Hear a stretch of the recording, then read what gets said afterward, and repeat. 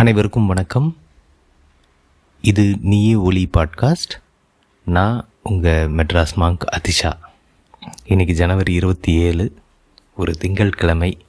மறுபடியும் நம்ம பழையபடி வேலைகளுக்கு திரும்ப ஆரம்பிச்சிடுவோம்.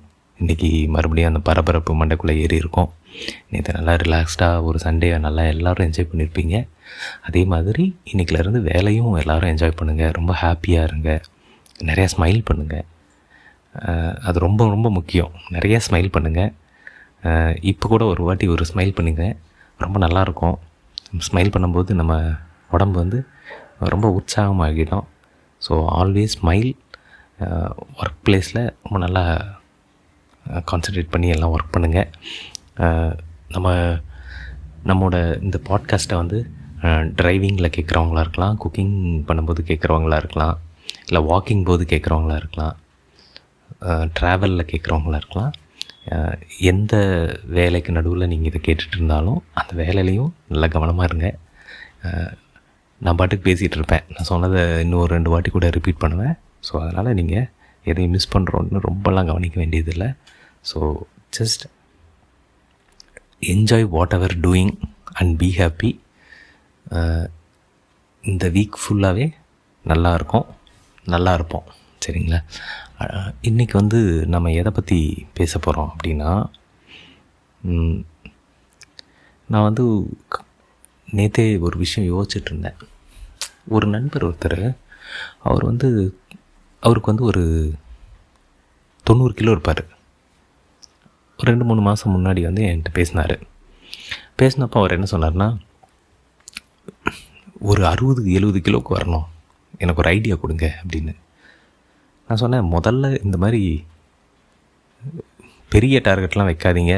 முதல்ல ஒரு 5 கிலோ குறைக்கணும், 3 கிலோ குறைக்கணும், 2 கிலோ குறைக்கணும்னு சின்ன டார்கெட் வச்சுக்கோங்க அப்படின்னு சொன்னேன். சரிங்க, ஏதோ ஒன்று நான் பண்ணுறேன், எனக்கு ஒரு ஐடியா மட்டும் கொடுங்க. சரி, ஓகே, ஐடியா கொடுப்போம். நம்ம ஒரு ஐடியா கொடுப்போம் அப்படின்னு சொல்லிவிட்டு டெய்லியும் வாக்கிங் போங்க அப்படின்னு சொன்னேன். அவருக்கு வந்து அது ஒரு ஈஸியான ஒரு மெத்தடு. டெய்லி வாக்கிங் தானே, இதென்ன ஈஸி, போயிடலாம். எத்தனை நாள் போகணும்? நீங்கள் வந்து லைஃப் லாங் போகணும். ஆனால் இப்போதைக்கு ஒரு 45 days போங்க, டெய்லியும் போயிட்டு எனக்கு அப்டேட் கொடுங்க அப்படின்னு சொன்னேன். பொதுவாக இந்த 2013 நான் இதை வந்து பண்ணிக்கிட்டு இருக்கேன். நிறைய பேருக்கு அட்வைஸ் கொடுத்துருக்கேன். பெரும்பாலான நேரத்தில் என்ன ஆகும்னா, இந்த 45 நாளில் என் ஃப்ரெண்ட்ஸ் இப்போ கட் பண்ணி காணாமல் போயிடுவாங்க. இந்த டெய்லி வாக்கிங் பண்ணுறவங்க பண்ண மாட்டாங்க. ஸோ ஏன்னா அது ஒரு ஈஸியஸ்ட்டு சேலஞ்ச். அதையே ஒருத்தரால் பண்ண முடியலன்னா வேறு எதையுமே பண்ண முடியாது. அப்போது அவர் என்ன பண்ணாருன்னா, டெய்லியும் போயிட்டு எனக்கு பயங்கரமாக அப்டேட்லாம் பண்ணிகிட்டு இருந்தார். அப்பா, தினமும் அப்டேட்லாம் பண்ணுறாரு. எனக்கு ஆச்சரியமாக இருந்தது. அவர் ரொம்ப உறுதியோடு இருந்தார். நான் டெய்லியும் போகிறேன், என்னாலும் சரி, சூப்பராக பண்ணுறேன் அப்படின்ட்டு. தினமும் சீக்கிரமாக எழுந்திரிச்சிடுவார். 5 மணிக்கு எழுந்திரிச்சு குட் மார்னிங் அனுப்புவார். அதுக்கப்புறம் டெய்லியும் எத்தனை கிலோமீட்டர் நடந்தேன் அப்படின்லாம் அனுப்புவார். ரொம்ப ஆச்சரியமாக இருக்கும். பரவாயில்ல, மனுஷன் வந்து பிக்கப் பண்ணிட்டாரு அப்படின்னு நினைக்கும்போது 25 நாளைக்கு அப்புறம் அவர்கிட்டருந்து மெசேஜ் வர்றது நின்றுடுச்சு. அதுக்கப்புறம் அவர் என்கிட்ட பேசுகிறதே நிறுத்திட்டார். கிட்டத்தட்ட ஒரு 1.5 மாதம் கழித்து ஒரு பொது இடத்துல அவர் மீட் பண்ணும்போது தான் அவர் என்கிட்ட வந்து இந்த விஷயத்த சொல்கிறாரு. ஐயா, என்னை மன்னிச்சிருங்க, நான் வந்து வாக்கிங் போகிறத நிறுத்திட்டேன் அப்படின்னு. இல்லை, இது நடக்கக்கூடியது தாங்க. இதுக்கெல்லாம் நீங்கள் இவ்வளோ ஃபீல் பண்ண தேவையில்லை, இவ்வளோ கில்ட்டாக தேவையில்லை. என்ன, இல்லைங்க, நான் ஒரு 25 நாள் வரைக்கும் டெய்லியும் பக்காவாக போயிட்டு இருந்தேங்க. அதுக்கப்புறம் என்ன ஆச்சுனே தெரிலங்க, கரெக்டாக என்னால் போக முடியாமல் போயிடுச்சு அப்படின்னு ரொம்ப மனசு சங்கடப்பட்டு பேசிகிட்டே இருந்தார். இந்த கில்ட் இருக்குல்ல, அது ரொம்ப தப்பானது. பட் அவர் பயங்கர கில்ட்டில் இருந்தார். தனக்கு வந்து அதை செய்யணும்னு ஆசை இருக்குது, ஆனால் செய்ய முடியல. தனக்கு வந்து அதுக்கு ஒரு உந்துதல் இருக்குது, ஆனால் அதை செய்ய முடியல. இப்படி அவருக்கு வந்து ஒரு குழப்பம் இருந்துச்சு. அப்போ அவர்கிட்ட நான் கேட்டேன், ஏன் இப்படி விட்டுட்டீங்க அப்படின்னு கேட்டப்போ அவர் வந்து ஒரு ப்ராசஸ் என்கிட்ட சொல்கிறாரு. அவர் வாக்கிங் போகிறது அப்படின்னு முடிவானோன்னே அவர் எப்பவும் போல் ஏதோ ஒரு ஸ்போர்ட்ஸ் கடைக்கு போய் வேணுங்கிறதெல்லாம் வாங்கிட்டு அடுத்த நாள்லேருந்து பீச்சில் வாக்கிங் போகலாம் அப்படின்னு முடிவு பண்ணிட்டார். அவர் வீடு வந்து அண்ணா நகரில் இருக்குது. பீச்சுக்கும் அண்ணா நகருக்கும் நடுவில் குறைஞ்சது ஒரு 10 கிலோமீட்டர் இருக்கும். அங்கேருந்து இங்கே டெய்லியும் போய் வாக்கிங் போயிருக்காரு. அப்போது அதுக்காக காலையில் எழுந்திரிச்சு கார் எடுத்துகிட்டு நேராக பீச்சுக்கு போகிறது, போய் வண்டியை நிறுத்திட்டு அதுக்கப்புறம் வாக்கிங் போயிட்டு திரும்பி வருவார். இதுக்கு நிறைய டைம் தேவைப்படுது இந்த பயணத்துக்கு. ஸோ அதனால் கொஞ்சம் ரொம்ப early-ஆ எழுந்திரிக்கிறாரு. காலையில் 5 மணிக்கே எழுந்திரிச்சா தான் அவருக்கு வந்து அது கரெக்டாக வருது. இல்லை 4:30 மணிக்கெலாம் சம்டைம்ஸ் எழுந்திரிக்க வேண்டியிருக்கு. அப்போ தான் அவர் போயிட்டு திரும்பி வந்து அதுக்கப்புறம் ரெடியாகி தன்னோட குழந்தைங்களெல்லாம் கொண்டு போய் ஸ்கூலில் விட்டுட்டு அதுக்கப்புறம் ஆஃபீஸ் போக முடியும்.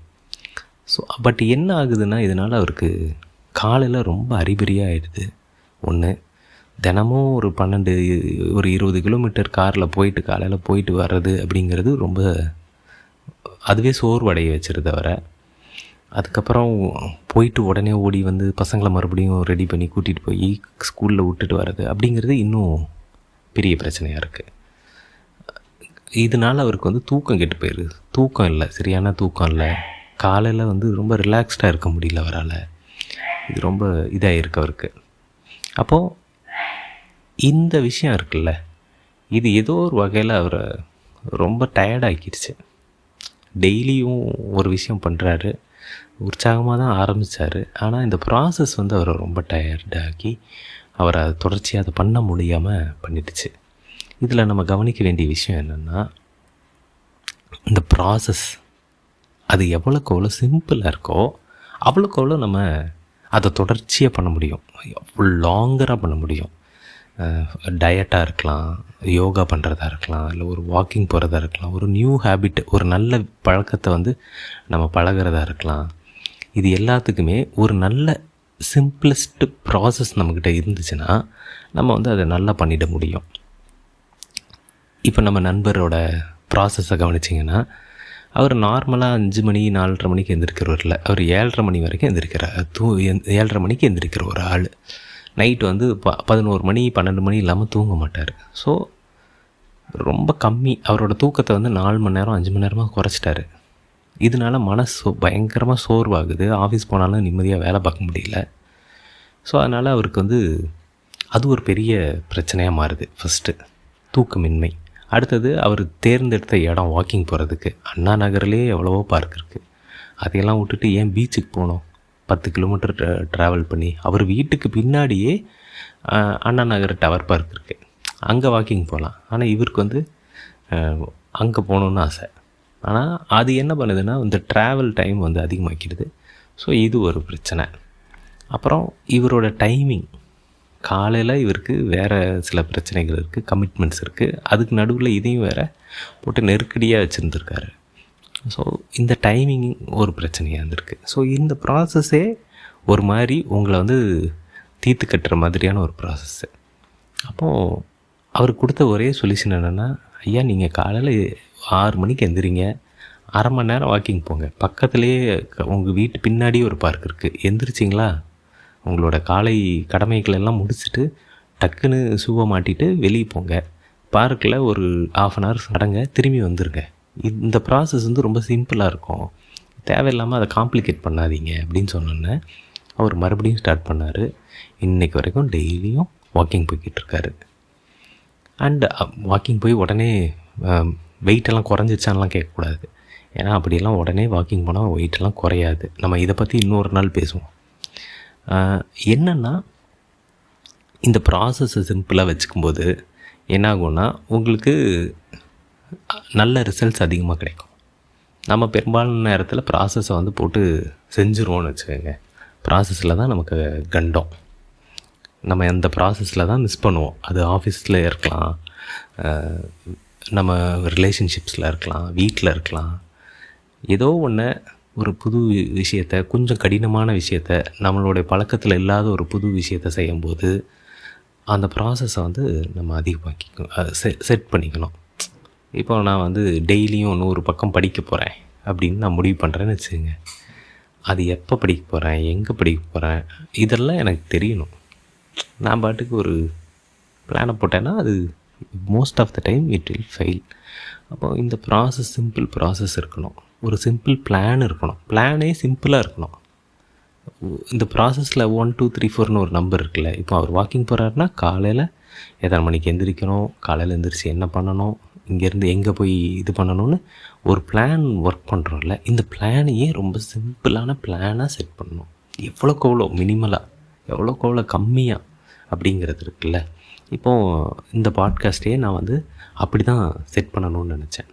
எவ்வளோக்கு எவ்வளோ, ஏன்னா நான் தினமும் 365 நாளும் காலையில் 8 மணிக்கு உங்களோட நான் பேசி ஆகணும் அப்படின்னா நான் வந்து இதுக்கான ப்ராசஸை வந்து ரொம்ப டஃப்பாக வச்சுக்க முடியாது.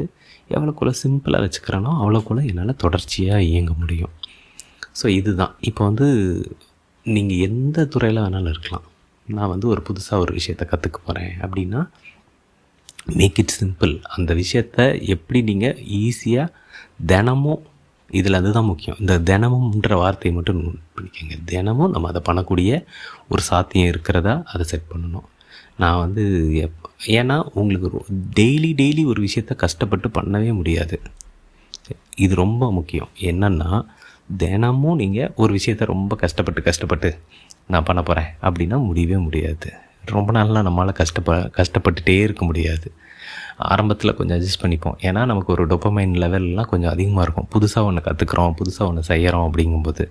ஆனால் போக போக அப்படியே டொய்ன்னு இறங்கிடும். அது இறங்கினதுக்கு பிறகு என்ன ஆகும்னா இந்த கஷ்டம்லாம் நம்ம கண்ணுக்கு தெரிய ஆரம்பிக்கும். இதுக்கு ஒரு நல்ல உதாரணம் சொல்லணுன்னா ரிலேஷன்ஷிப்ஸ். நம்ம வந்து புதுசாக ஒரு ரிலேஷன்ஷிப்பில் போகும்போது நம்ம கண்ணுக்கு எந்த கஷ்டமும் தெரியாது. ஆனால் கொஞ்ச நாள் ஆனதுக்கப்புறம் அந்த டோபமைன் லெவல்ஸ் எல்லாம் குறையும் போது நமக்கு எல்லா பிரச்சனையும் கணக்கு தெரிய ஆரம்பிக்கும்.